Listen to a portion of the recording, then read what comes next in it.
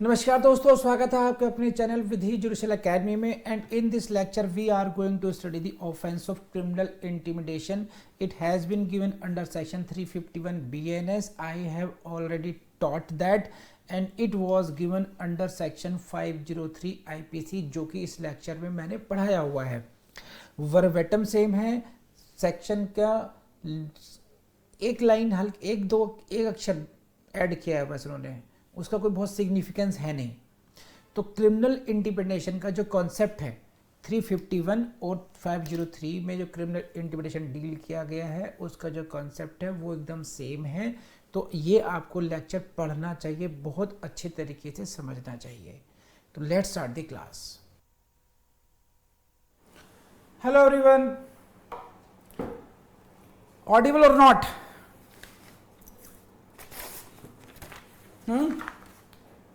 Let me know, audible or not? जल्दी बताइए। So let's begin with what? 2-minute revision, then we start. Section 96. Come on. Section 96. 96. Come on, everyone, fast. 107 clause 3rd. 107 clause 3rd. 108. What is 108? Come on, everyone.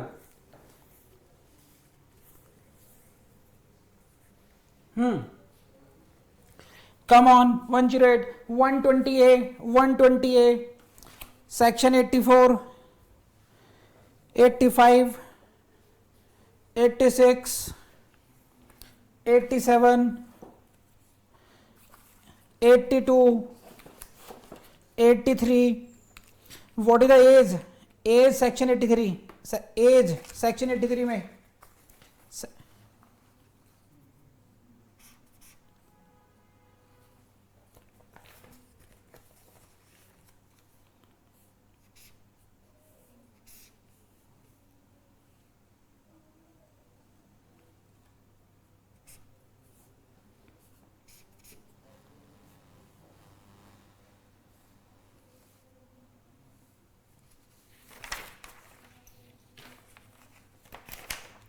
Hmm 82. What is the 82 exact age क्या है section 82 में? As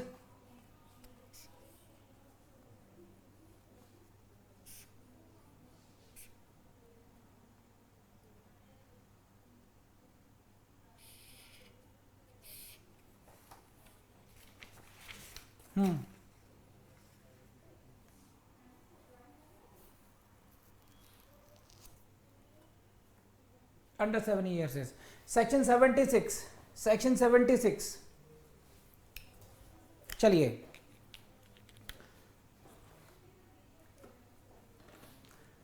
Arshan, चलिए class शुरू करें। Arshan, are you there?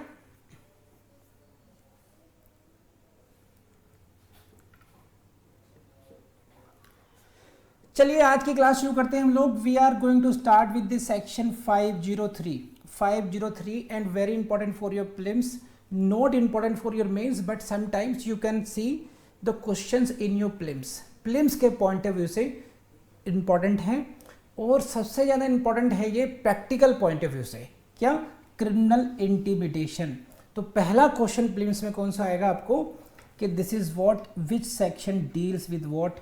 Criminal intimidation. Hindi में इसको बोलते हैं हम लोग आपराधिक अभित्राश। ठीक, अब इसको समझ लीजिए। जैसे अरशान तुम हो वहाँ पर, हाँ अरशान, अगर तुम कोचिंग में आए ना आज के बाद तो इतनी पिटाई होगी ना तुम्हारी, तो तुम देख लेना, बक्कल झड़ दूंगा तुम्हारे में। समझ के रखा है अपने आप को। आओ कभी निकल के ना, तुम्हारी हड्डी भी तोड़वा दी मैंने। तो क्या कर रहा हूं मैं? क्या किया मैंने उस बेचारे को एक धमकी दी है। समझ रहे हैं आप लोग? धमकी दी है। और ये धमकियां आप बचपन से देते आए हो, सुनते आए हो, देखते आए हो। बचपन में अगर तूने मेरा होमवर्क नहीं दिया, मैं तुझे चॉकलेट दे दूंगा, तेरी पापा से शिकायत कर दूंगा, देख ले। शेयरिंग कर रहे नहीं करना, वरना देख चुपचाप मुझे दे, वरना मास्टर जी को बता दूंगा। अपने बेटे को समझा लो हमारी गली से ना निकले इधर से, वरना जिंदा नहीं मिलेगा वो। हमारे गांव में आज के बाद घुसने की कोशिश मत कर लेना, 2 पैरों पर आएगा 4 कंधों पे जाएगा वरना। सही बता रही है आप लोगों को क्या कह रहा हूँ मैं? ये इस तरीके की धमकियां आप लोगों ने सुनी होंगी, अक्सर सुनते आए होंगे। क्या है, क्या इतने फिल्म डायलॉग हैं कि कुत्ते की मौत मारूंगा, इसकी मौत मारूंगा, तो ये दुनिया में जलील कर देंगे, तो ये बर्बाद कर दूंगा मैं, तू कहीं का नहीं रहेगा, अब मेरी तरफ देखना तो मैं तेरी आंखें फोड़ दूंगा। इन सब में क्या दिख रहा है आप लोगों को? What is this? What is कौन फैक्टर? थ्रेटनिंग। सो एक तरीके से देखा जाए तो सेक्शन 503 आपके लिए बहुत इंपॉर्टेंट है प्रैक्टिकली। क्यों? क्योंकि जहां कोई भी झगड़ा, कोई भी फसाद कहां से शुरुआत होती है? एब्यूजिव लैंग्वेज से शुरुआत होती है या थ्रेट से शुरू होती है। जैसे ही मैंने अरशान को धमकी दी होगी, आई बिलीव कि आपको लगा होगा ये क्या हुआ, सर क्या कर रहे हैं अचानक, पब्लिक में कैसे कर रहे हैं, दिमाग भन्ना गया होगा एक बार उसका। और अगर ये असल में होता तो सोचो क्या होता फिर? तो उसके दिमाग में एनॉयंस भी होगी, गुस्सा भी आएगा, और जहां गुस्सा आएगा वहीं पर फिर नेक्स्ट ऑफेंसेस होंगे, अगले अपराधों को जन्म कहाँ से मिलता है? इसी तरह की टेंडेंसी से मिलता है। तो लॉ ये कहता है धमकी देने वाले को वहीं चुप कर दो। इसको धमकी देने को ही अपने आप में ऑफेंस बना दो। अरशान कैसे लगी तुम्हें? हैं? तो धमकी देने वाले को वहीं चुप कर दो, और उसी पॉइंट ऑफ व्यू से प्रैक्टिकली जो है ये आपको सेक्शन मदद करता है, सेक्शन 503। तो इतनी बात समझ में आ रही है आपको? हम क्या पढ़ने वाले हैं अब? इसको बोलते हैं हम लोग आपराधिक अभितराश, क्रिमिनल इंटिमिडेशन। जितनी तरह की थ्रेट्स आपने सुनी होंगी, जैसे अरशान भाई साहब नूरजहां के मोहल्ले से निकलते हैं, तो नूरजहां के अब्बू जान ने क्या कहा? खुदा कसम अगर दोबारा घर निकल गए तो हड्डियां तोड़वा दूंगा यहाँ पर मैं, पुलिस से बंद करा दूंगा तुम्हें जेल करवा दूंगा मैं। ठीक, टीचर के सामने होमवर्क करके लेके नहीं गए स्कूल में, तुम्हारे पापा को बताऊंगी मैं, तुम्हारे पेरेंट्स को बुलाया जाएगा, तुम्हें प्रिंसिपल के सामने खड़ा किया जाएगा। तो हम धमकियां सुनते, देखते, देते हुए बड़े हुए हम सभी लोग। तो आज आपका सामना लीगली उस सेक्शन से होगा विच specifically deals with the threatening. तो लेट मी नो आप उस कॉन्सेप्ट में घुसे या नहीं घुसे, बात समझ में आपको आई या नहीं आई? This is what section 503 criminal intimidation. Please let me know. यहाँ तक छोटी सी बात समझाई, वो भी आई या नहीं आई आपको? And this is what Deepa Gautam. Hello Deepa madam, welcome to Vidhishal academy. लेकिन एक्चुअली क्या है कि आपको आई विल रिक्वेस्ट कि आप अपना प्लीज़ ये वीडियो ऑफ कर लीजिए, अदरवाइज दिक्कत हो सकती है। आपको मेरी आवाज़ आती रहेगी, पूछिएगा आप लोग। अरशान झटका लगा हुआ आज तुम्हें। So this is what section 503। तो now I read bare act for you, please see the bare act. ये है, देखिए, whoever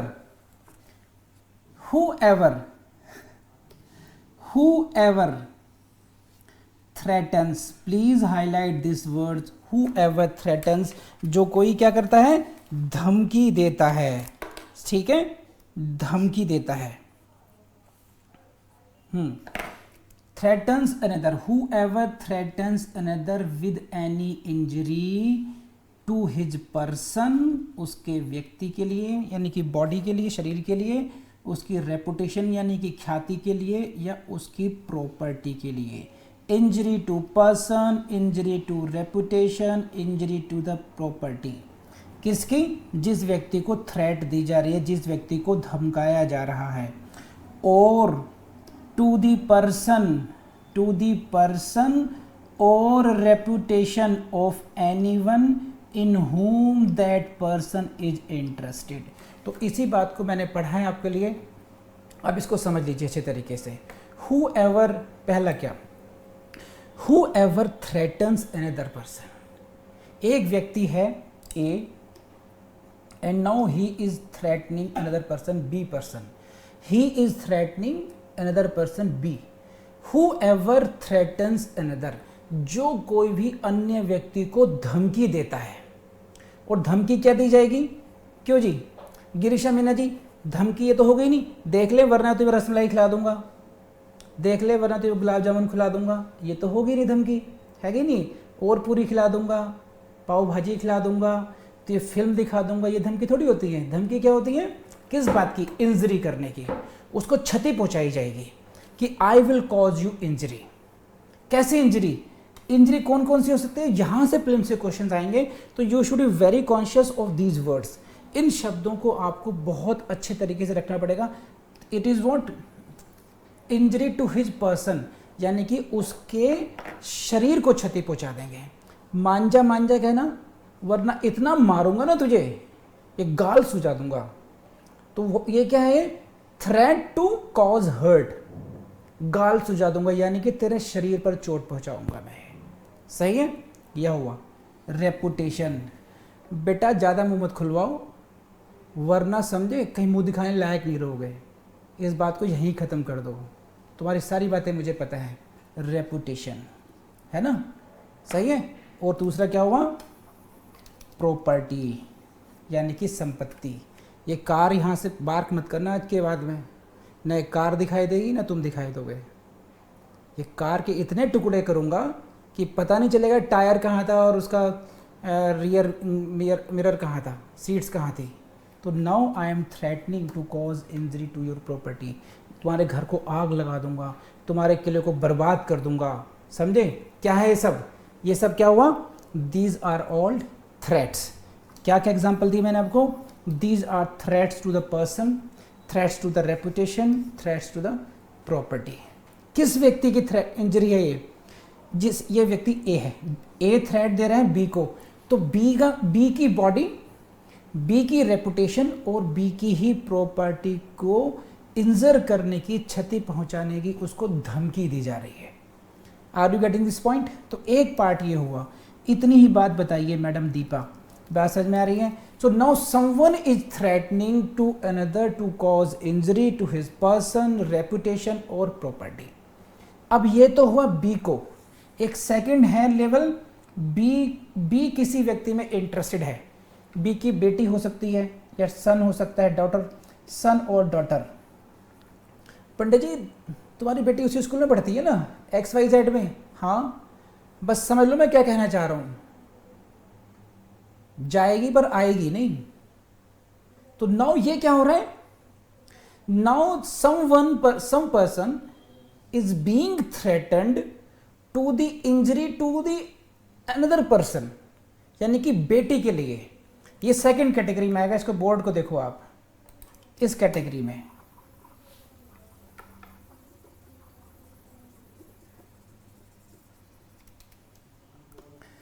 threatens another with any injury to another person, to the person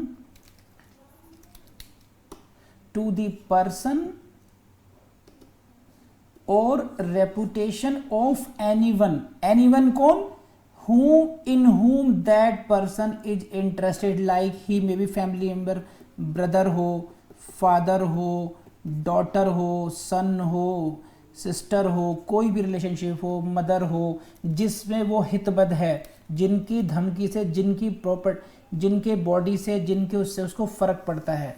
तो अब ये किसको पहुंचा रहा है चोट, धमकी की जा रही, उसके पर्सन को या उसकी रेपुटेशन को। देखो गुप्ता जी ऐसा है,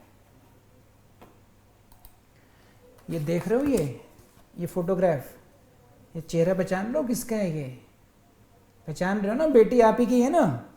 कर दूं पब्लिश, कर दूं तार तार, सोच लो। तो now he is threatening, someone is threatening to injure the reputation of whom, of someone in whom Gupta ji is interested, यानी कि उनकी डॉटर, जिनसे उनके हित जुड़े हुए हैं। तुम्हारा बेटा कॉलेज में जाता है ना, समझा लेना उसको बहुत नेतागिरी कर रहा है, तो किसको थ्रेट हो रही है, फादर को हो रही है। लेकिन धमकाया किसकी चोट के लिए जा रहा है, बेटे की चोट के लिए जा रहा है, कि पिताजी को समझाया जा रहा है कि अपने बेटे को समझा लो वरना बेटे के हाथ पैर तोड़े जाएंगे। तो बेटे की किसके लिए थ्रेट हुई, बेटे के शरीर के लिए हुई, बेटे के बॉडी के लिए हुई, बेटी की ऐसी उतरेगी, पता नहीं चलेगा आपको, सही दिखाई नहीं दोगे शहर में। तो क्या हुआ, बेटी की रेपुटेशन को थ्रेट किया जा रहा है अभी, लेकिन धमकी किसे दी जा रही है, फादर को दी जा रही है। तो आप इसको ऐसे समझ सकते हैं, देखिए बोर्ड देखिए आप, ये this is the person A, this is person A, he is threatening to B. What B? That I will cause injury to your person, यानी कि body, to your reputation or your property. This is threat. This is one case. Again he is threatening to someone, this is second case, he is C, that he will cause injury to son or daughter of C. धमकी किसको दी जा रही है, C को दी जा रही है। चोट किसको पहुंचाई जाएगी, C को पहुंचाई जाएगी। C के क्या, पर्सन यानी कि बॉडी या उसकी रेपुटेशन को क्षति पहुंचाई जाएगी। तो दिस इज द थ्रेट। तो don't forget to distinguish these two parts, very important. इनको आप मेंस में लिखेंगे तब भी ध्यान रखेंगे कि ये दोनों पार्ट को ध्यान रखना है आपने, हाँ या ना बताइए। और इसमें खास बात क्या है कि when you are in this case they have used the word, they have used the three words person, reputation or property, but in case of this they have used the word person or reputation. Note, property word is not in second case. So here injury is being threatened to the body or to the reputation. समझे आप लोग, उसकी ख्याति को या उसके शरीर को धमकाया जा रहा है। तो प्लीज़ लेट मी नो इतनी बात समझ में आपको आई या नहीं आई। तो ये हुआ धमकी देना। मेरे ख्याल से मैं आपको इतनी धमकी दे चुका हूँ अभी, तो धमकी शब्द जरूर आपके दिमाग में बस जाना चाहिए, नहीं तो और देता हूँ दो चार अभी। Come on Dhananjay Sahdev, come on, बात समझ में आ रही है? अभी Chaudhary, Archit Srivastava, come on, Harish Dahiya, everyone.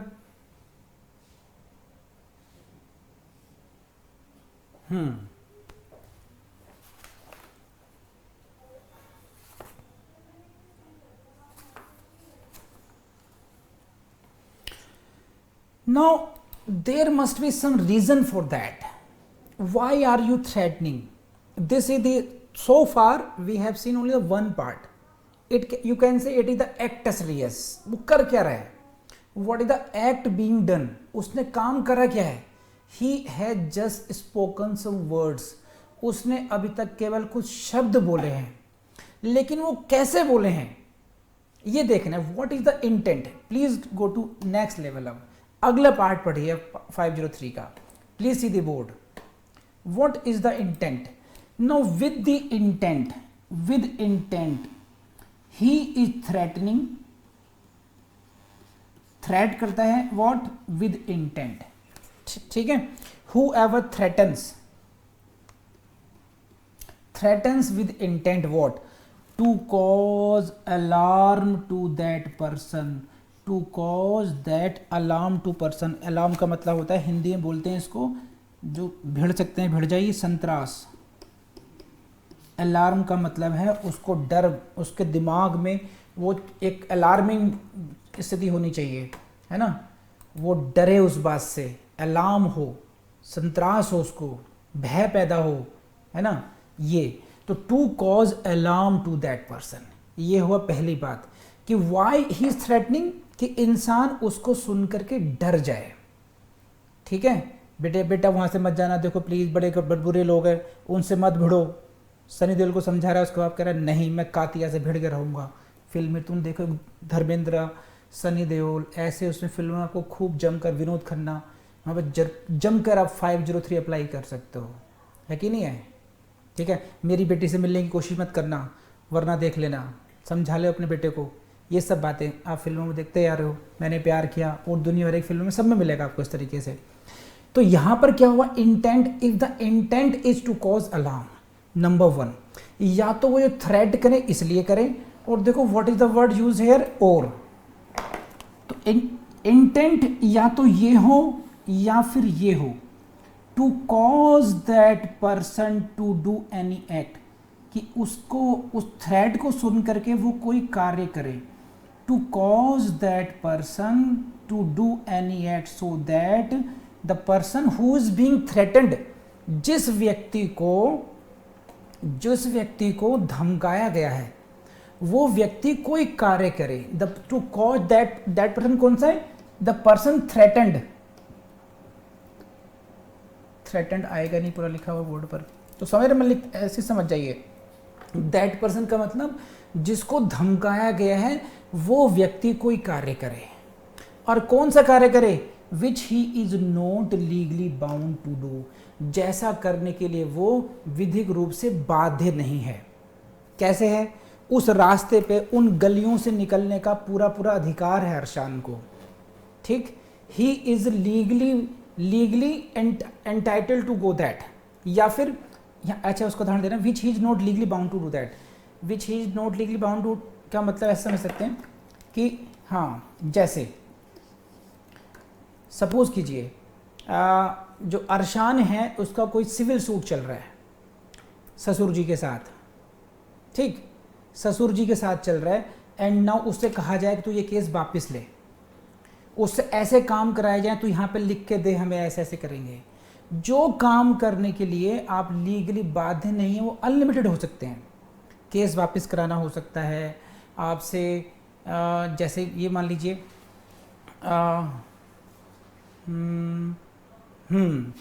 आप रिलेट कर सकते हैं कुछ हद तक, सही है, आप रिलेट कर सकते हैं कुछ तक। एक फिल्म आई थी सनी देओल की, पाकिस्तान में जाता है वो, कबूल करो कि इस्लाम कबूल करो, बोलो पाकिस्तान जिंदाबाद और दिस दैट, तो now he is being bound to do something which he was not legally bound to do that, वो काम करवाए जा रहे हैं उससे जिसके लिए बाउंड नहीं है, वो किसी से ज़बरदस्ती काम करवाना, लेबर करवाना, वॉट एवर इट में भी, कुछ पेपर को साइन करवाना, या अरशान से कहा जाए कि भूल जाओ नूरजहां को, नाम मत याद रखना इसका, ठीक, गवाही, झूठी गवाही दिलवाना। तो ये क्या हुआ, ये सारी चीज़ मैं कौन से बता रहा हूँ कि you are being forced to do something which you are not suppose to do, you are not legally bound to do that, you are being compelled to that. आपको कंपेल करने के लिए, आपने किया नहीं है अभी, आप करें या ना करें वाली बात नहीं आ रही है, लेकिन आप ऐसा करें जिसे करने के लिए आप विधिक रूप से बाध्य नहीं हैं, समझे आप। तो एक कंडीशन ये हुई, तो आपकी जो इंटेंशन है as an accused, this is what, ये इंटेंट क्या हुई, देखिए कनेक्ट कीजिए और बेरेट को ऐसे ही पढ़ना चाहिए।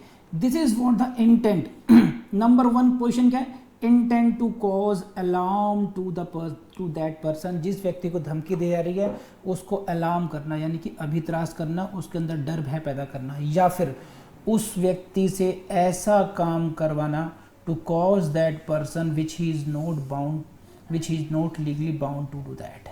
कम ऑन, ये बात समझ में आई नहीं आई। दूसरी बात इसी के साथ है, और के साथ, और to omit to do any act, ऐसा कार्य करने के लिए, बचने के लिए उससे कहना, which that person is legally entitled to that, legally entitled to that, जिस काम को करने के लिए कोई व्यक्ति लीगली एंटाइटल्ड हो, लीगली एंटाइटल्ड को बोलते हैं हिंदी में, हाँ, जिसे करने के लिए वैध रूप से हकदार हो, है ना। तो ये जो अरशान भाई साहब हैं, ये उन गलियों को जानने के लिए हकदार हैं, लीगल एंटाइटल्ड हैं, जिस गली के पार दूसरे कोने पर नूरजहां रहती है, तो he is entitled to go and उसके चक्कर लगाने के लिए, सही है। और यहाँ पे निकल के आए साले साहब, खबरदार जो इन गलियों पर आए, कह रहे क्यों नहीं आऊँगा, तुम्हारे घर की है, तुम्हारे बाप की गली है, कह रहे बाप की गली होनी हो तो आएगा नहीं, वरना हम तो ये हॉकी से पिटवाएंगे, वरना हम ऐसे करेंगे, वरना हम वैसे करेंगे। नाउ क्या हो रहा है, now he is being threatened, this fellow he is being threatened that we will cause you bodily injury, we will cause injury to your person, हम तुम्हारी बॉडी, हम तुम्हारे शरीर को क्षति करेंगे if you do that, if you do that, you do what, to for doing to which you are legally entitled, जैसा करने के लिए आप वैध रूप से हकदार हैं, अगर तुम वैसा करने से नहीं रुके तो हम ऐसा करेंगे। तो अगर ये सिचुएशन होगी तो हम कहते हैं कि the person who is threatening, जो व्यक्ति थ्रेट कर रहा है उसने कौन सा ऑफेंस किया, उसने ऑफेंस किया है क्रिमिनल इंटिमिडेशन का। तो प्लीज लेट मी नो इतनी बात आपको समझ में आई या नहीं आई। Come on.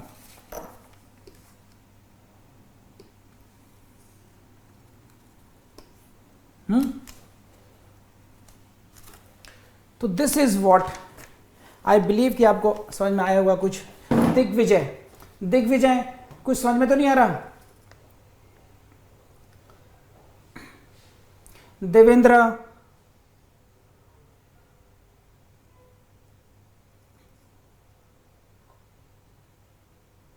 हरीश,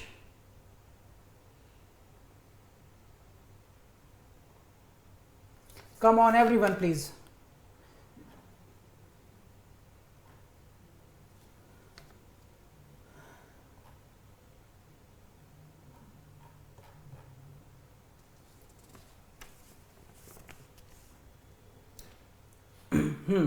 चलिए अब आगे बढ़ते हैं। रिटर्न भी हो सकती है। अब बढ़ते पर वो आगे। सो बेसिकली हम लोगों ने अभी तक ये पढ़ा है, मैं इसको एक पहले मैंने समझाया था, मैं इसके नट शेल में आपको समझाता हूँ एक बार अच्छे तरीके से, ताकि आप लोग हमेशा के लिए इसको भूल जाएं, कंफ्यूज हैं, जिंदगी भर कभी समझ में ना आए आपको ये। सो अभी तक हम लोगों ने ये पढ़ा है, please see this is section 503। it deals with the offense of criminal intimidation, and this is the first question in your prelims, that which section deals with what criminal intimidation. They will give you option like this: 504, 503, 506, 509, and you will have to identify the correct one। तो ये question हुआ आपका पहला question prelims का 503 से, ठीक। Second question आपको इसके इंग्रेडिएंट से मिलेगा। तो मेन फोकस आपको जो करना है इस डेफिनेशन में, हु एवर थ्रेटन्स, जो कोई भी धमकी देता है। किसको धमकी देता है? टू अनदर पर्सन, किसी दूसरे व्यक्ति को धमकी देता है। किस बात की धमकी देता है? With what? With any injury, with any injury. Injury किसको? टू हिज पर्सन, उसके शरीर को, उसकी रेपुटेशन को, उसकी प्रॉपर्टी को, या फिर यहां पे शब्द लिखा है और, इस वजह से हम पढ़ते हैं और टू द पर्सन और reputation of anyone. Who is this anyone? Anyone in whom that person is interested। तो this was the portion of threatening. Number 1 यह थ्रेट करता है, और थ्रेट किस बात की करता है और किसको करता है? Threat of injury to person है, रेपुटेशन है, प्रॉपर्टी है, और दो लोग हो सकते हैं, ए बी भी हो सकता है, या बी का कोई दूसरा व्यक्ति जिसमें बी का अपना हित हो। तो ये बात आपने थ्रेट वाली पढ़ी। एंड सेकंड पोर्शन आपका इस वाले सेक्शन में है intent. What is the intent? Intent may be of two kind, this is like this, आप इसको ऐसे पढ़िए। Intent may be to cause alarm हो सकती है, ये आपको मैंने समझाया है। एंड इंटेंट में भी टू कॉज दैट पर्सन, उस व्यक्ति से करवाया जाए क्या? To cause to do any act, कोई उससे ऐसा कार्य करवाया जाए which he is not legally bound, जिसको करने के लिए वो लीगली बाउंड नहीं है। या फिर cause to omit any act, उसको कोई काम करने से रोका जाए। किसको? To which that person is legally entitled, ऐसा कार्य करने के लिए से उसको रोका जाए जिसको वो लीगली करने के लिए हकदार है, एंटाइटल्ड है।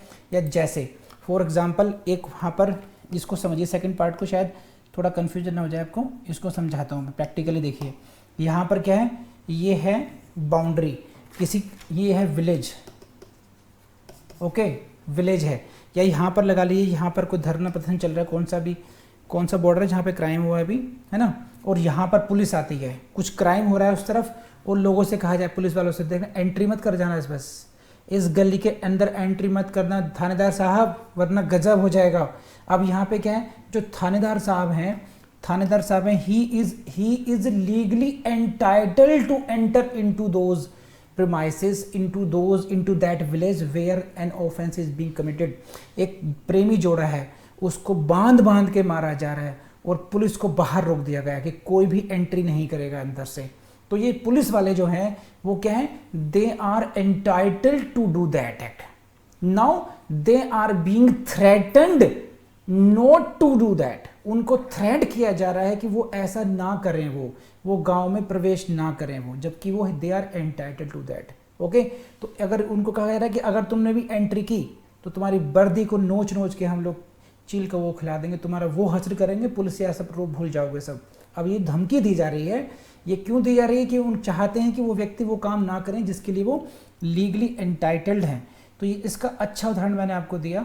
तो इन किसी में भी केस में तो आपसे क्यों करवाया जा रहा है, ठीक है, आपको क्यों धमकियां दी जा रही है कि अगर आपको अवॉइड करना है एग्जीक्यूशन ऑफ सच थर्ड, अगर आपको उस धमकी आप चाहते हैं वो धमकी का एग्जीक्यूशन ना हो, तो वो आप कार्य करें जो आप लीगली बाउंड नहीं हैं, या वो आप कार्य नहीं करें जिसके लिए लीगली एंटाइटल्ड हैं। तो अगर ये सारे इंग्रेडिएंट्स हैं तो the offence will be called criminal intimidation. तो मैंने इसको फिर एक स्नैप के तरह से दोबारा आपको रिवाइज कराया कि आप अच्छे तरीके से कंप्रीहेंड कर पाएँ, क्योंकि आईपीसी में देखो, खास करके ऑब्जेक्टिव एग्जाम में आपने देखा होगा बहुत ऐसे गर्व करने वाले व्यक्ति मिल जाएंगे आपको, है ना, उनके गर्व की कोई सीमा नहीं है। उनसे पूछो कि आपका कोई प्रीलिम्स हुआ, नहीं हुआ, लेकिन 1 नंबर से रह गया, मेरा बेटा 1 नंबर से रह गया, मैं 1 नंबर से रह गया, मेरी बेटी 1 नंबर से रह गया।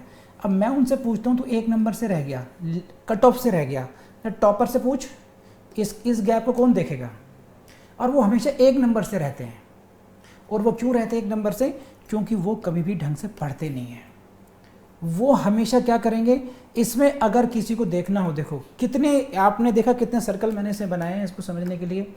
अगर किसी स्टूडेंट से आप पूछो सेक्शन को जाकर, वो क्या कहेगा, 503 मीन्स धमकी देना, वो उसका जिस्ट समझेगा, वो टेक्निकलिटीज़ में नहीं समझेगा। जिस तरीके से मैंने अलग अलग शब्दों को समझाया है, और जैसे ही उसने जनरलाइज्ड वे में पढ़ा, हिस्ट्री की तरह से पढ़ा, वो कुछ ना कुछ 2-4 गलतियां ऐसी करके आएगा एग्जाम में जो कि उसको बहुत भारी पड़ती हैं, और उसको हमेशा लगता है कि बस वो बनने वाला है, बस अगर 1 नंबर और बढ़ जाए मेरा तो मेरा सिलेक्शन हो जाएगा, जबकि वो 1 नंबर कभी नहीं बढ़ता, कई साल लग जाते हैं।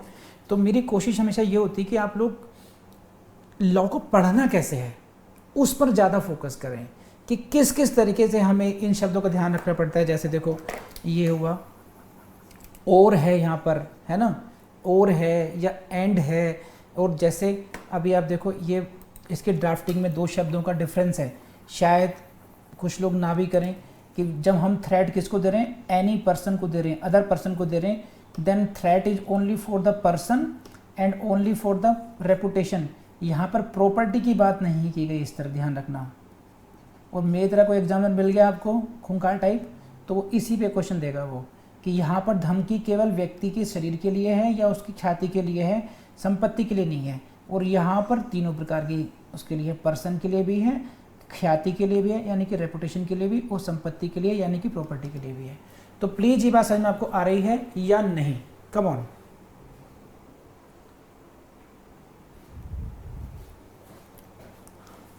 ये जो लाइन आ रही है, एज द मीन्स ऑफ, अभी चौधरी ने कहा कि ये बात समझे थे, as the means of avoiding the execution of such threat. इसका मतलब क्या है, ये मैडम ये जानना चाह रही हैं अभी चौधरी कि ये समझ में नहीं आई है इनको बात, ये है ना कि वो जो एक्शन करवाया जा रहा है, जो आपको एक एक्ट करवाया जा रहा है ना, टू डू एक्ट, या आपको ओमिट करवाया जा रहा है कोई ऐसा कार्य जिसके लिए आप लीगली एंटाइटल्ड हैं, तो वो आपको क्यों कर रहे हैं, आप उस धमकी को अवॉइड करने के लिए, है ना, कि अरशान को क्या कहा गया कि इन गलियों से मत गुजरना, ठीक, इन गलियों से मत गुजरना। अगर तुझे अपने हाथ पैर बचाने हैं तो तुझे क्या करना पड़ेगा, इधर मत आना बस। तो to avoid the execution of threat to injury to your body, आपको क्या करना होगा, आपको ये काम करना होगा, you will have to omit to visit in to these streets, आपको इन गलियों में आना बंद करना पड़ेगा।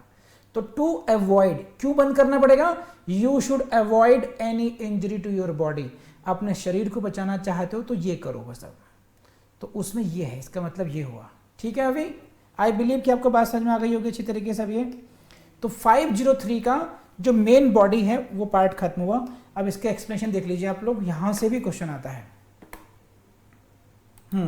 Explanation, a threat to injure what, the reputation of any deceased person, मृतक व्यक्ति की ख्याति, रेपुटेशन ऑफ डिसीज्ड पर्सन, मृतक व्यक्ति की ख्याति को इंजर करने की, in whom the person threatened, person कौन सा, थ्रेटेंड, इज इंटरेस्टेड।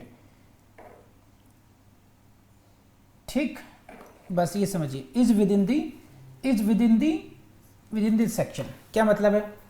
हाँ जी, हाँ जी, क्या हुआ कि पिताजी की डेथ हो गई। अच्छा बेटा, कोई अच्छी बुरी बात है। जब मेरे पास कुछ सौगात थी आपके पिताजी की, कुछ उनके फ़ोटोग्राफ्स थे, तो मैंने सोचा कि ये फ़ोटोग्राफ्स तो मैं हैंड ओवर कर दूँ। लो लिफाफा खोला और जो फ़ोटो निकले, एक पे एक फ़ोटो, तो बेटे के होश उड़ गए कि पिताजी ये क्या काम कर गए। ठीक, तो अंकल जी ये फ़ोटो क्यों दिखा रहे हो मुझे, कि बेटा आप समझ सकते हो तुम, अगर ये फ़ोटो चले गए सोसाइटी में तब क्या होगा। तो मैं क्या करूं, करना कुछ नहीं बेटा, मेरी बेटी से शादी की बात हुई थी, उसे स्वीकार कर लो, समझे, या जो समझौता होना, जो हमारा केस चल रहा है उस केस को विड्रॉ कर लो। ठीक, तो थ्रेट आ गई यहां पर। ये अब थ्रेट किसकी है, to injure the reputation of the deceased person, किसकी रेपुटेशन, जिस व्यक्ति की मृत्यु हो चुकी है, जो मृतक है, उस मृतक व्यक्ति की ख्याति को इंजर करने की थ्रेट है, कि तुम्हारे पिताजी की, तुम्हारे मृतक पिताजी की सम्मान की धज्जियां उड़ा देंगे हम, वरना तुम्हें ऐसा करना पड़ेगा। ठीक, कोई सबूत मिल जाए इस तरीके का, है ना, जो माननीय स्वर्गीय राजीव गांधी के खिलाफ जाता हो, और राहुल गांधी को बताया जाए कि देखो बेटा ये जो मिल गया ना, अब इससे बुरा कुछ नहीं हो सकता। तो जो रेपुटेशन है उसको बचाना है, तो चुपचाप पॉलिटिक्स से बाहर आ जाओ। He is entitled to remain in politics now, but now he is being threatened, and what is the threat, threat is the reputation to his father, and his father is a deceased person now. The question is whether such kind of threat, कि threat of what, threat to injure the reputation of deceased person, इसको board पे देखो आप,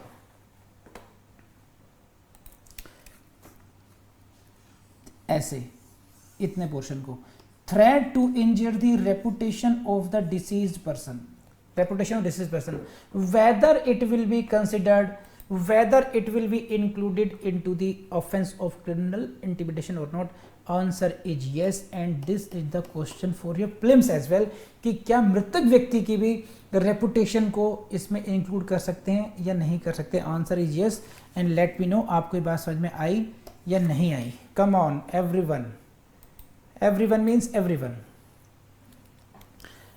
Deepa madam, Monika, Harish, come on, समझ में आ रही है बात मेरी। Now I come to the illustration, this is what the illustration, A for the purpose of inducing B to desist from prosecuting a civil case, समझे, सिविल वाद चलाने से प्रवृत्त रहने के लिए क्या करते हैं, A threatens to B, A threatens to B, क्या, कि he will burn B's house, threatens to burn B's house, कि वो बी के घर को जला देगा। A is guilty of criminal intimidation. तो now what is what, that he, what is the threat, threat is what, देखो ये threatens to burn B's house, यानी कि इंजरी टू प्रॉपर्टी। समझ में आता रही है आपको? This is the threat, threat is what? To injury to the property. And what is the demand? To desist, यानी कि बचे, from prosecuting a civil suit, एक सिविल वाद को परसू करने से वो बचे। तो ये है जिसके लिए वो क्या है? लीगली एंटाइटल्ड है, ही is legally entitled for this. ऐसा करने के लिए वो सिविल केस को, बी जो है वो सिविल केस को परसू करने के लिए, प्रोसिक्यूट करने के लिए ही is legally entitled, but he is being threatened that I will burn your house. तो यहां पे ध्यान देने वाली बात क्या है कि क्या उसने, बी ने अपना केस वापस ले लिया? नहीं लिया, ठीक है। क्या उसने बी के घर को जला दिया? नहीं जलाया। तो हुआ क्या है? एक धमकी दी गई है, और इस धमकी को ही लॉ ये कहता है कि इंसान को धमकी देने से ही रोका जाए। तो अगर कोई व्यक्ति आपको धमकी देता है, मान लीजिए कि आपकी पत्नी आपको धमकी देती है, ठीक है, कि एक बार घर में घुस जाऊं तो मैं बर्बाद कर दूंगी, तुम्हारे पिताजी, तुम्हारी माताजी से पोछा लगवाऊंगी, ये कराऊंगी, वो कराऊंगी, तुम्हारी जिंदगी नरक बना दूंगी, समझे? तो ये क्या हुआ? धमकी देना हो गया, सही है। या फिर पति उल्टा काम करे, चुपचाप इतने पैसे लेकर के आओ वरना मैं ऐसे कर दूंगा, वरना मैं ऐसे कर दूंगा, ये क्या हो गया? धमकी देना हो गया। तो यहां पर धमकी देने को ही रोका गया है। Threatening is an offence here in this case. सही बता रही है आपको? प्लीज लेट मी नो, हाँ है ना? तो दिस इज सेक्शन 503। अब कुछ और डिटेल्स देख लेते हैं इसकी। जो बेरेक था वो यहां पर खत्म हो जाता है। कम ऑन।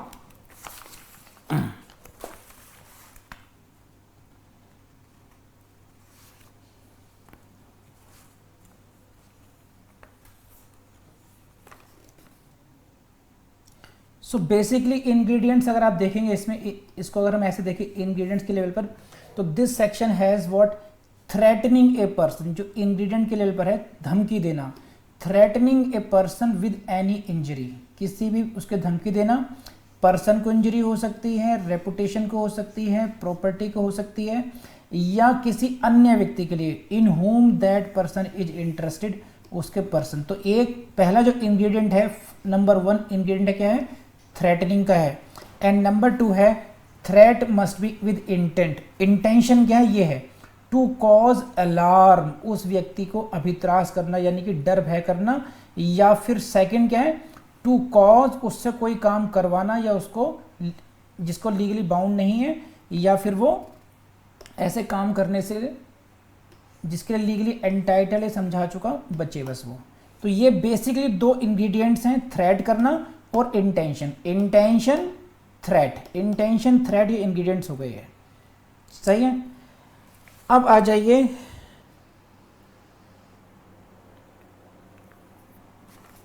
ये लाइन पढ़िए और उसको समझाता हूं मैं आपको। For determining whether this offence has been committed और नॉट, ये जानने के लिए कि अपराध हुआ या नहीं हुआ, क्या जरूरी है पबुआ? क्या जरूरी है? One has to see the effect of that threat on the mind of the person threatened. जिस व्यक्ति को धमकी दी जा रही है उस पर उसके प्रभाव क्या होगा, समझे? क्या लिखा है अरशान ने?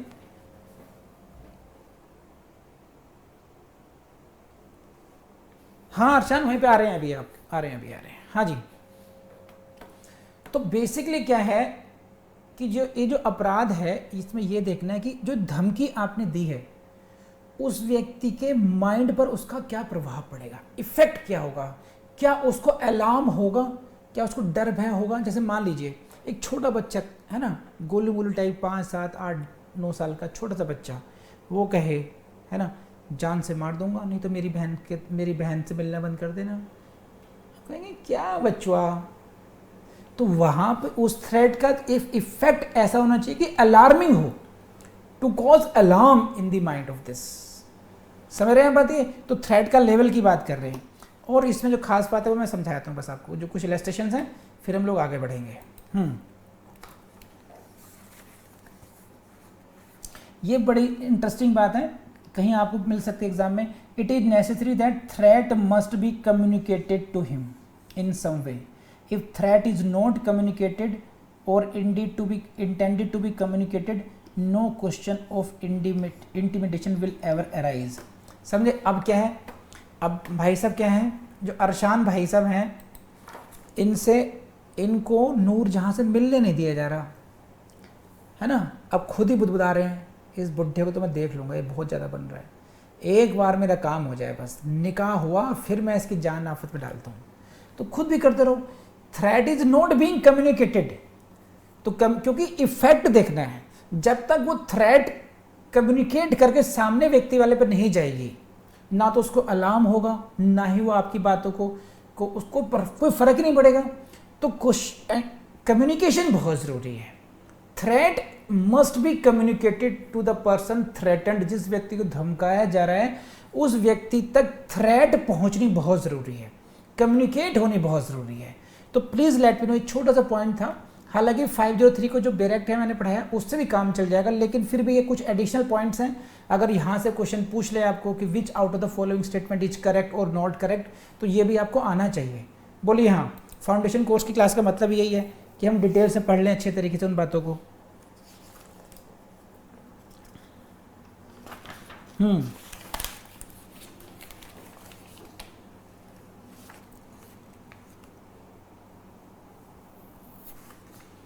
अब बहुत इंपॉर्टेंट है भाई,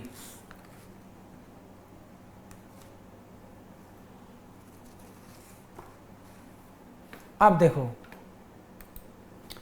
एक सीन इमेजिन करो कि जो अरशान भाई साहब हैं पहुंच गए आज ससुर जी के घर के सामने. बहुत दिन हो गए नूरजहां से मिलने नहीं दिया जा रहा है इनको. सही है.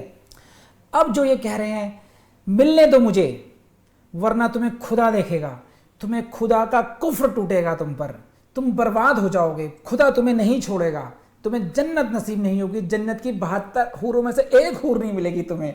तो ये कौन सी थ्रेट है? ये थ्रेट वैसी है कि जिसको ये एग्जीक्यूट नहीं कर सकता. समझे आप? Are you getting this point? Please read this line. It is necessary that threat should be one. धमकी ऐसी होनी चाहिए which can be put into execution, जिसको एग्जीक्यूट भी कराया जा सके. ठीक है. जो धमकी दे रहा है वैसा हो भी पाए, जैसे पनिशमेंट बाय गॉड. अब ऊपर वाला देखेगा. समझे? अब ऊपर वाला क्या देखेगा? खुदा का खौफ दिखाया जा रहा है, भगवान का खौफ दिखाया जा रहा है कि भगवान तुझे देखेंगे, तो देखेंगे भगवान. तो भगवान वाली ये जो धमकी हुई है ना कि मैं तुझे श्राप दे दूंगा, मैं ऐसा तवीज पहन फूंक के मारूंगा कि तू भस्म हो जाएगा, है ना. तो ये वो सारी थ्रेड्स हैं, ऐसी थ्रेड्स हैं बबुआ कि जिनको आप एग्जीक्यूट नहीं करा सकते हैं. You can not execute those. तो सुनने वाला जो है वो कहेगा क्या बाबला इंसान है ना. तो उससे अलार्म नहीं होगा उसका वो. If you are giving such kind of threats, अगर आप इस तरीके की धमकी दे रहे हो, then that will not come into the purview of section 503. फिर वो आपराधिक अभितराश के अपराध की श्रेणी में नहीं आएंगे. बोलो यस और नो. ये बात समझ में आई या नहीं आई? मैं आपको फिर दिखाता हूँ बोर्ड पर, आप देख लीजिए इस लाइन को. आई बिलीव कि आप समझ गए होंगे इसको. अब ये देखिए, आप बोर्ड पे देखिए, समझे या नहीं समझे?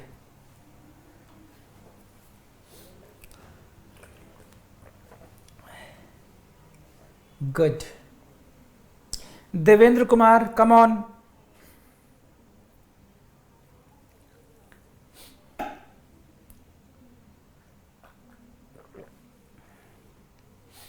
एवरीवन, शाबाश. Kajal Mishra,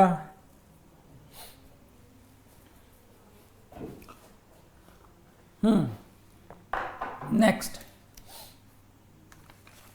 it is not necessary that the injury should be inflicted by the offender. मैं समझा चुका हूं, ये जरूरी नहीं है कि जो इंजरी की थ्रेट है वो कारित की जाए.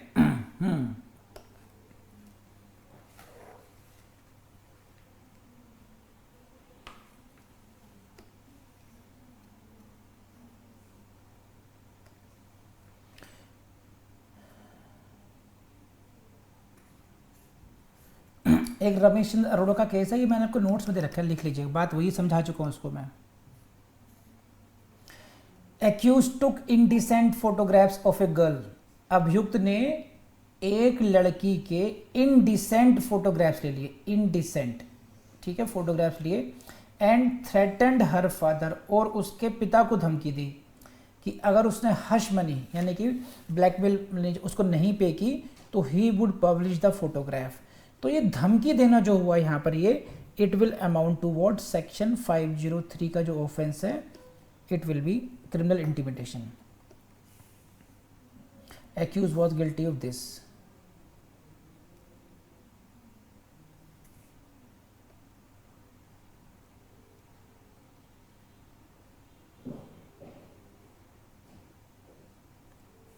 ये बड़ा इंटरेस्टिंग है, देखिए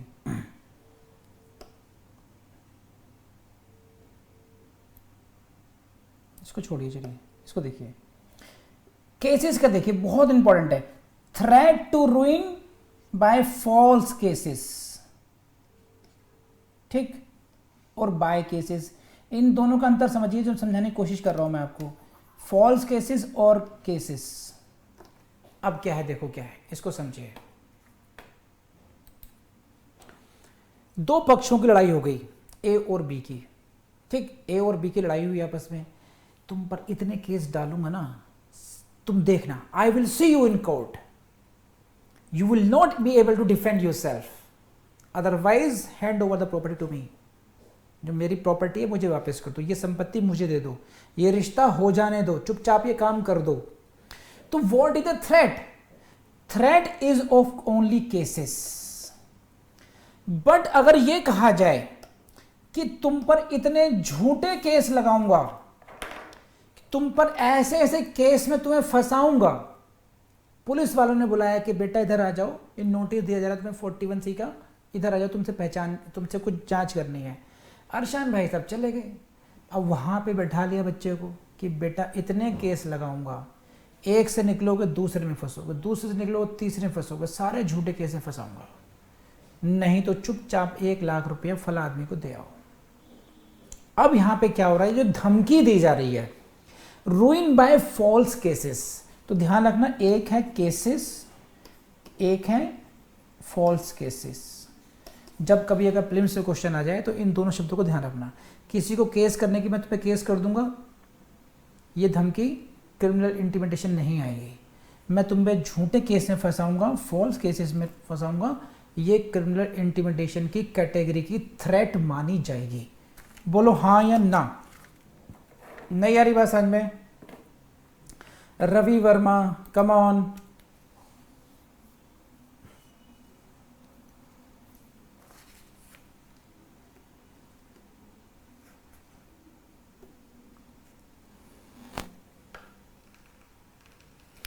पिकेटिंग, धरना, ये ऐसे क्वेश्चन आते हैं कई बार, थ्रेट ऑफ पिकेटिंग यानी कि धरना देने की, धरने की धमकी देना, समझे, धरने की धमकी। Where a person threatens another of picketing, he will be guilty of this offence and will be convicted under this section. एक केस है रघुवर दयाल, रघुवर दयाल का केस है, इसमें कहा गया था कि अगर ये कहा गया, समझे, जैसे ऐसे केसेस पहले काफ़ी होते थे। कैसे केसेस हुए कि जो सौरभ बोस हैं, सौरभ बोस की लड़की के एक इनकी शादी का प्रस्ताव आया, ठीक है। अब लड़की वाले बड़े इंटरेस्टेड हैं, देखिए इन्होंने रिजेक्ट कर दिया। इनसे पूछेगा क्यों मना किया, कह रहे बस मुझे पसंद नहीं आ रही। कह रहे ऐसे कैसे कि हम रिश्तेदार लेकर आएंगे, पहले बचपन में तय हो गई थी बात, अब कैसे मना कर दोगे, अब तुम्हें शादी करनी पड़ेगी। He is not legally bound to marry the girl against his wish। लेकिन क्या कह रहे हैं लड़की पक्ष कि हम दुनिया भर के लोगों को इकट्ठा करके तुम्हारे घर के आगे धरना देके बैठ जाएंगे। अब ये जो धमकी है अलार्म क्रिएट करेगी उसके माइंड में, ठीक है। And now you are threatening him to do something to which he is not legally bound to that. तो in that case it was held in this case रघुवर दयाल कि if such kind of whether threat of picketing, यहां से prelims में question इतना आएगा आपको, mains में कभी नहीं पूछेंगे आपको कि पूछेंगे threat of picketing will amount to criminal intimidation और नॉट। धरना देने की धमकी मात्र जो होगी ये मानी जाएगी नहीं मानी जाएगी? Answer is yes. और मैं आपको ट्रिक देता हूं प्रीलिम्स के लिए। कई बार आपको भिड़ने की जगह, बहुत डिटेल में जाने की जगह, अगर जैसे ये केस है, इतना याद करो कि threat of picketing amounts to criminal intimidation और भाग लो वहाँ से। सही है। 503 का बैरक को हमने बहुत ढंग से पढ़ा, और ये जो फैक्ट्स आते हैं ऐसे ऐसे, क्योंकि कई बार हमें डिटेल्स नहीं पता होता, हमारे सामने फाइलें नहीं हैं, 2 लाइनें लिखी हैं बस, तो यहीं से एग्जामिनर पिक कर लेता है बस वो भी, कि threat of picketing is criminal intimidation, is criminal intimidation, option B not criminal intimidation, may be और may not be criminal intimidation। इस तरीके से बना देंगे वो, ना वो गए लॉजिक में ना आप जाओगे लॉजिक में, केवल और केवल अगर सामने लिखी लाइन मिल गई है आपको टेक्स्ट बुक में कहीं पर, तो आप लगाइए टिक और P for प्रीलिम्स लगाइए। तो ध्यान रट लीजिए ऐसे ही, threat of picketing will amount to criminal intimidation and this is what social boycott, कि सामाजिक रूप से बायकॉट कर देंगे, तुम्हारा समाज से बहिष्कार कर देंगे सौरभ बोस, वरना कन्या अपना लो। सौरभ बोस अड़ गए कि चाहे कुछ भी हो, चले गए भाई साहब कंप्लेंट करने के लिए, तो इनसे कहा जाएगा देखो सोशल बायकॉट की धमकी दी थी, है ना, ये क्रिमिनल इंटिमिडेशन की कैटेगरी में नहीं आता है। तो picketing yes, threat of social boycott no, ये जुडिशरी ने हेल्ड कर रखा है, तो आपको ऐसे ही याद करना है इसको।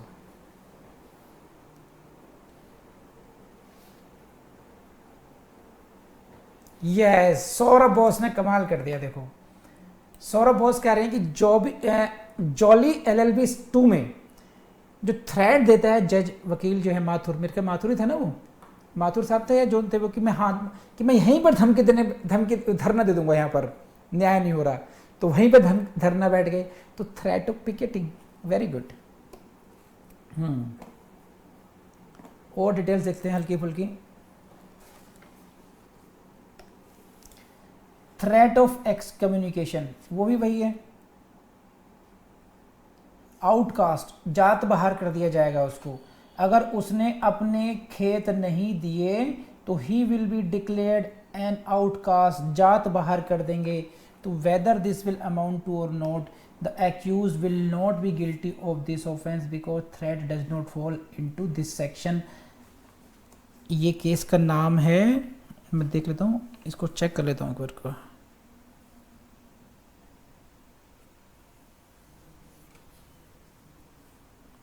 अल्यधुर्मा, सही नाम, अल्यधुर्मा, अल्यधुर्मा का केस है, जात बाहर कर देंगे जी, जात बाहर करने का हो गया।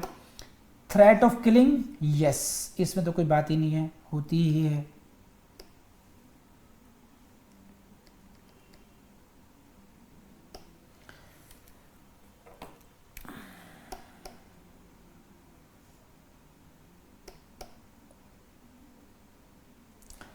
थ्रेट ऑफ वेनिजेंस, बदला लेना, प्रतिशोध की धमकी, threat of vengeance will amount to criminal intimidation.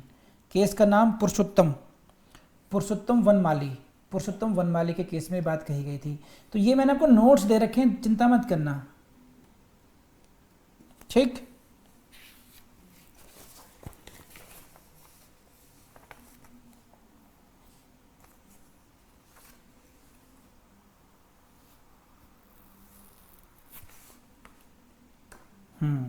अब एक डिफरेंस आपको समझ में आ रहा होगा बार बार की डिफरेंस क्या है, क्रिमिनल इंटिमिडेशन में भी धमकी दी जाती है और एक्सटॉर्शन में भी होती है, यहाँ पर ये है ना।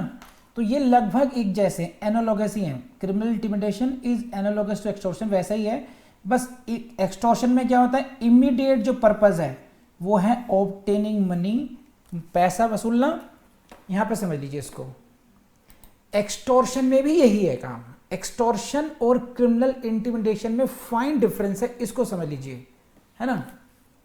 क्या है कि एक्सटॉर्शन में आप धमकी देते हैं प्रॉपर्टी लेने के लिए, किसी प्रकार की भी हो, something signed, something valuable property, whatever it may be, तो that is the typical offence against property extortion के केस में। इसमें क्या है, इसमें जो क्रिमिनल इंटिमिडेशन में है, यहां पर है किसी व्यक्ति को इंड्यूस करना है कि वो कोई ऐसा काम करे जो वो काम करने के लिए बाध्य नहीं है, which is not legally bound, ठीक है। दिस इज व्हाट इंड्यूस करना, कि वो ऐसा काम करे जिसे करने के लिए वो लीगली बाउंड नहीं है, या ऐसा काम करवाए, काम करने को मना करे जो वो करने के लिए लीगली एंटाइटल्ड है। तो यहां पर कोई कार्य, जैसे शादी करवाना है ना, तो यहां पर कोई प्रॉपर्टी की बात नहीं हो रही है, उन गलियों में मत आने देना, यह कोई प्रॉपर्टी की डीलिंग नहीं है। एक्सटॉर्शन में थ्रेट जो है वो that is mainly for obtaining the money, पैसा वसूलने के लिए, प्रॉपर्टी वसूल करने के लिए है वो। यहां पर कुछ भी कार्य करने या कोई कार्य नहीं करने के लिए मेनली इंड्यूस करने की बात है। तो ये मेन डिफरेंस है, this is the main difference between criminal intimidation and extortion. तो ये बात समझ में आपको आई नहीं आई? Come on, hurry up everyone. ये डिटेल्स हो गई एक्चुअली।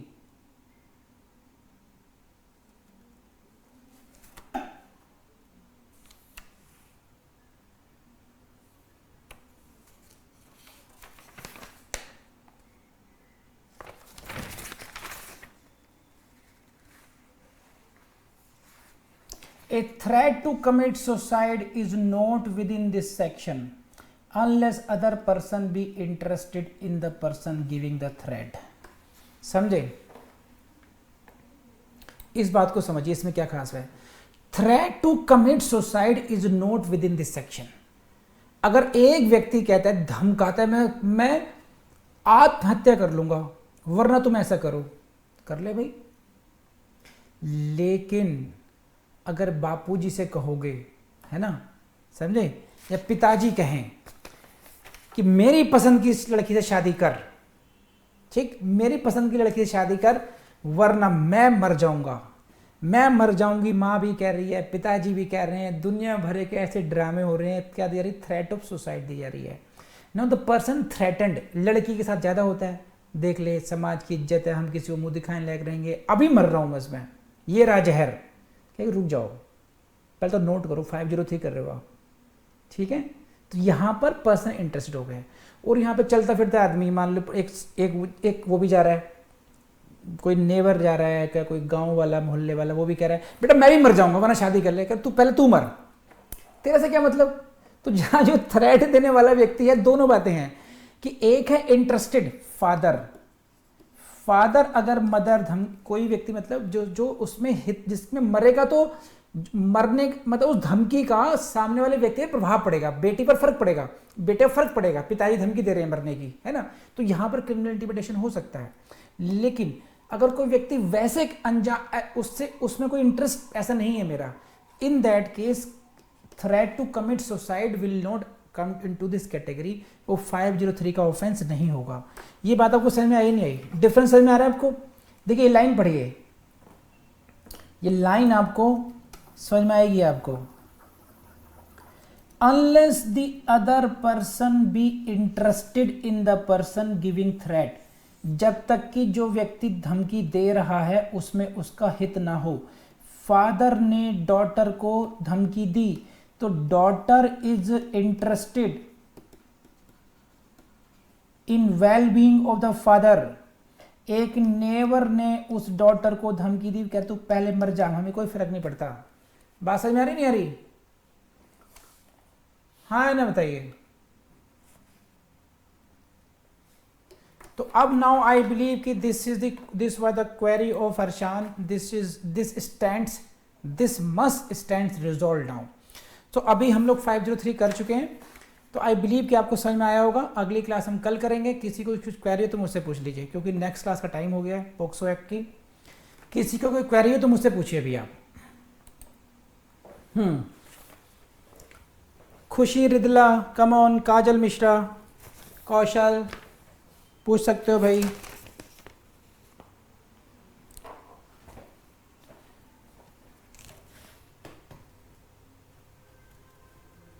अरे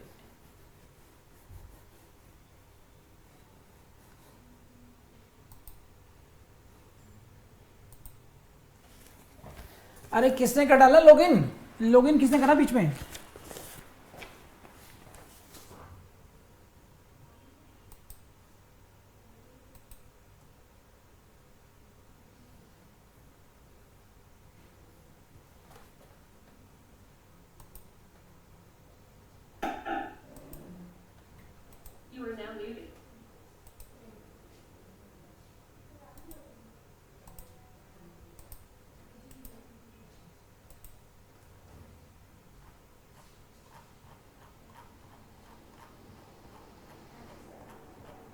फाइन,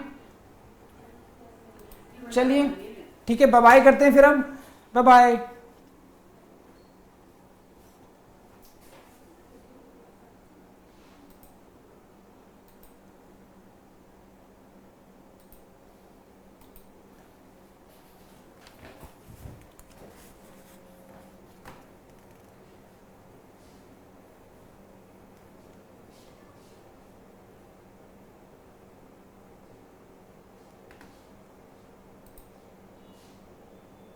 तो दोस्तों आपको ये लेक्चर अच्छा लगा होगा और आपका काम ये है कि आप इसको अच्छे तरीके से याद कर लें।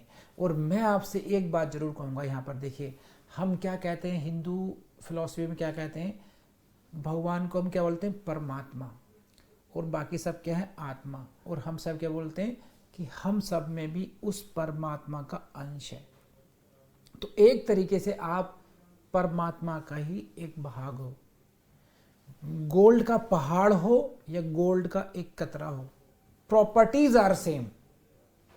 तो परमात्मा हो या आप जैसी आत्मा हो, मुझ जैसी आत्मा हो, हम सबकी प्रॉपर्टी सेम हुई। उस दृष्टि से आप देखोगे तो आपको फील होगा कि आपके अंदर असीमित शक्तियां हैं, है ना। आपके अंदर की जो पावर है वो कमाल की है, बस हमें उसको जगाना है, उसको पहचानना है। देखिए हनुमान जी को भी उनकी शक्तियों को याद कराया गया था, तभी वो समुद्र को लांघ पाए थे। तो आपको अपने आप को पहचानना है और उसी कॉन्फिडेंस के साथ में चीज़ों को कवर करना है, सिलेबस को कवर करना है। एक दिन पक्का 100% आप लोग जज बनेंगे। With these words my best wishes are with you. Let's end this lecture. Thank you very much.